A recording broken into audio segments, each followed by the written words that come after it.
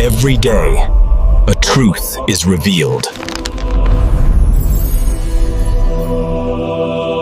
The grit of the Moabite road was a living thing. It clung to the hem of Ruth's coarse widow's garments, filled the cracks in her sandals, and coated her tongue with the taste of everything she was leaving behind.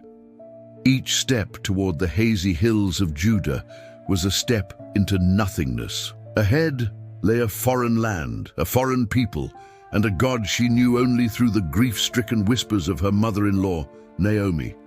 Behind her, the ghosts of her husband, her homeland, and her very identity dissolved in the shimmering heat. This was not a journey of hope, it was an act of severance. Why would a young woman abandon the certainty of her own people for the guarantee of poverty and scorn with another? What kind of love compels a person to bind their destiny to a future so bleak it had been renounced even by God, according to the woman she followed? The answer wasn't a grand revelation. It was a quiet, stubborn conviction, a loyalty that had taken root in the soil of shared tragedy and refused to be uprooted. It was a choice made not in the head, but in the deepest chambers of the soul. Imagine standing at that crossroads. One path leads back to everything you know, to the familiar cadence of your language and the comfort of your family. The other leads to a place where you will be forever marked as the foreigner, an outsider dependent on the scraps of mercy from strangers. Ruth's choice was made in a world where a woman without a husband or a son was less than a shadow. She chose the shadow, stepping out of the dying light of her past and into a darkness illuminated only by a flicker of impossible faith in Naomi and in Naomi's God. But the dust of that Moabite road was just the beginning of her erasure. Arriving in Bethlehem was not a homecoming, it was a public spectacle of ruin. The women of the town gathered, their whispers sharp as broken pottery. "Can this be Naomi?" they murmured, their eyes scanning the stooped shoulders and the sun-beaten face of the woman who had left full and returned empty. And next to her stood Ruth, the living symbol of that emptiness, a Moabite. The name itself was a quiet curse in the streets of Bethlehem, a reminder of a people born of incest, long-time enemies of Israel. Ruth could feel their gazes, dissecting her, judging her. She lowered her own, focusing on the cracked earth, making herself small. The days that followed bled into a grueling routine of survival. Hunger, a dull ache in her stomach, drove her to the fields. "Please," she had asked Naomi, her voice barely audible, "let me go to the fields and pick up the leftover grain behind anyone in whose eyes I find favor." As noted in Ruth 2:2. It was the lowest work reserved for the poorest of the poor, the beggar's right. Every morning under the searing Judean sun, she would bend for hours, her back screaming in protest, her fingers raw from the sharp barley stalks. The air was thick with the smell of dry earth and the sweat of the reapers. She could hear the men's coarse laughter and kept her distance, a lone figure in a sea of workers, her foreignness a cloak of invisibility and vulnerability. One afternoon, a man's voice, deep and resonant with authority, cut through the haze of her exhaustion. "Whose young woman is this?" He was Boaz, the owner of the field, a man of wealth and standing. Ruth's heart seized. This was it, the moment of confrontation, of being cast out. But his eyes held not contempt, but a startling kindness.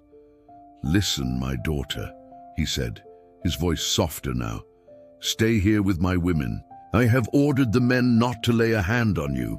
He offered her roasted grain and water from their jars, a simple act of human decency that felt like a miracle. Ruth fell on her face, the dust of the field sticking to her tear-streaked cheeks. "Why have I found such favor in your eyes," she stammered, "that you should notice me, a foreigner?" The word hung in the air between them, the brand she could not escape. Yet in his presence for the first time since leaving Moab, it felt less like a condemnation and more like a question waiting for an answer. That small kindness grew into a seed of a daring, desperate plan. It was Naomi, her eyes holding a spark not seen since before the tragedies, who laid it out. The plan was terrifying, bordering on scandalous, and it would culminate on the threshing floor, a wide, open space on a hilltop where the night air was cool and men, weary from the harvest, slept near their grain. It was a place of work, but at night it held a different energy, one of vulnerability and potential transgression. Ruth's role was to approach Boaz in the dead of night, not as a gleaner, but as a woman making a legal claim. This was not a plea for charity. It was a bold invocation of ancient law, the law of the Goel, the kinsman redeemer. Her heart hammered against her ribs as she moved through the darkness, the scent of chaff and wine on the air. She found Boaz asleep, a powerful man made vulnerable by exhaustion. As Naomi had instructed, she quietly uncovered his feet and lay down. The act was symbolic, a gesture of profound submission and a silent request for protection. When he startled awake in the middle of the night, his voice thick with sleep and alarm, "Who are you?" She spoke the words that would change everything. "I am your servant Ruth. Spread the corner of your garment over me, since you are a kinsman redeemer." It was a marriage proposal, a legal plea, and an act of absolute faith rolled into one. The true climax, however, was not in the darkness of the threshing floor, but in the harsh light of day at the city gate, the place of all legal transactions. Boaz presented Ruth's case to another closer kinsman. For a tense moment, it seemed the plan would fail. The other man agreed to buy Naomi's land, but when Boaz added the crucial condition that he must also take Ruth the Moabitess as his wife to maintain the name of the dead with his property, the man refused, fearing it would endanger his own estate. In a powerful cultural ritual, he removed his sandal and handed it to Boaz, sealing the transfer of his right of redemption. The deal was done. The whispers of the elders at the gate turned from suspicion to blessings. And in the end, the redemption was not just Ruth's.